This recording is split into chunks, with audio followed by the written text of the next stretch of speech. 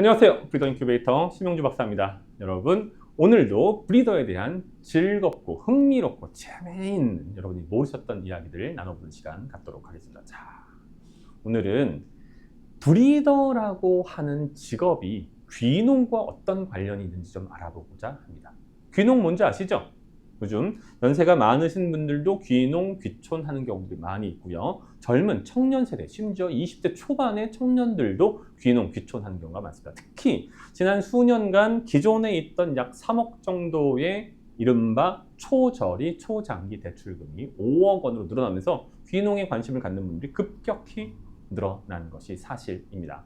자, 그런데 귀농은 귀농이지, 귀농하고 브리딩하고 무슨 관계야? 라고 하는 퀘스천 마크를 떠올리는 분들이 있을 것 같습니다. 그 얘기를 찬찬히 해보려고 합니다.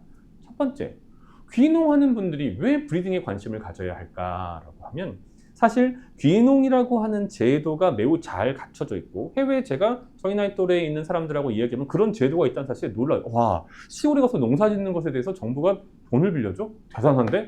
네, 맞습니다. 문제는 그렇게 해서 시골로 갔을 때 얼마나 많은 소득을 얻을 수 있냐라는 것이 됩니다.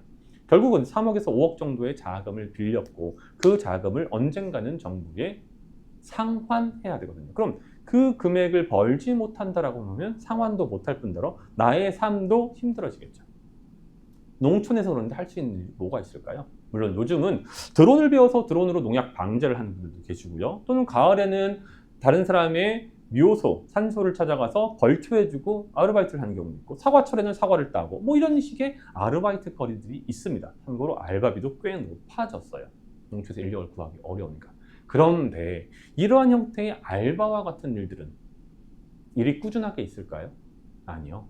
들쭉날쭉합니다. 그리고 이랬건 저랬건 나보다 더 인건비가 싼 노동력을 확보하게 되면 나는 내 노동력의 가치는 그 싼 인건비에 맞춰줄 수밖에 없어요. 외국인 노동자들이 많이 들어오다 보니 농촌의 인건비가 올라가는데 어떤 상한선이 있다. 내가 특별히 대단한 능력을 갖고 있지 않은 다음에는 내가 외국인 노동자들과 더 많은 인건비를 책정받기 어려워요.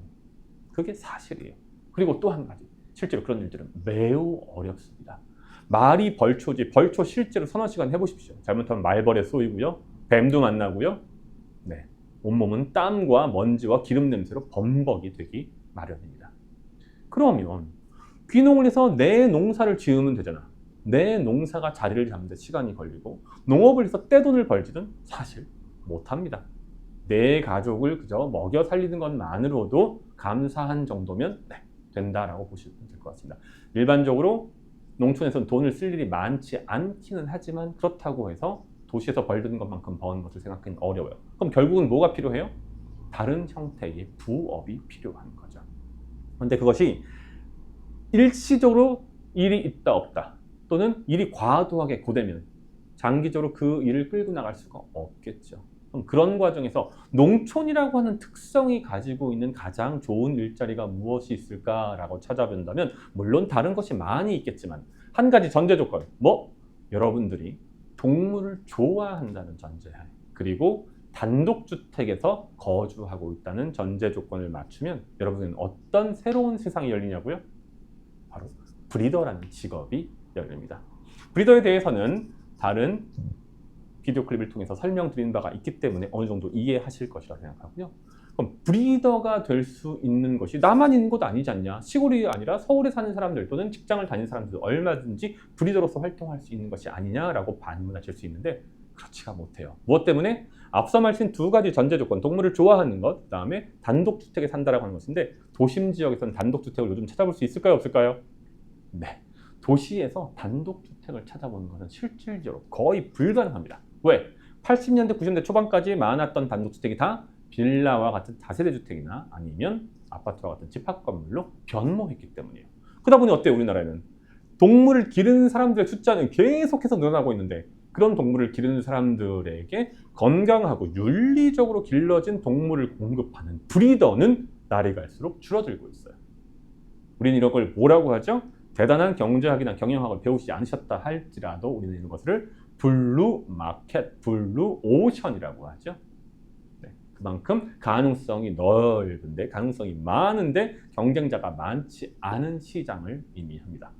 시골에 있고 내가 동물을 좋아하고 단독주택에 살고 있어서 인허가 조건상의 문제가 없는 귀농 귀촌 청년들, 물론 청년뿐만 아니라 노령인들도 마찬가지입니다. 저도 이제 노령으로 가고 있지만 그분들에게는 브리더만큼 좋은 직업이 없다라고 해도 과언이 아닌 것이죠.